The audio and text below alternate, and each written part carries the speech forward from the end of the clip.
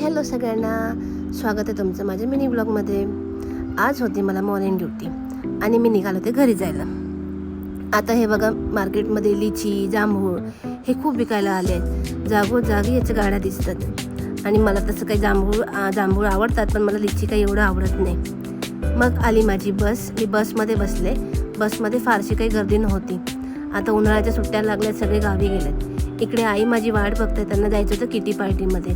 आणि मी लिफ्टमधून आल्याला ह्या पिल्लूने मला भो केलं, सरप्राईज दिलं. तिला दाखवायचे होते त्याचे नवीन शूज.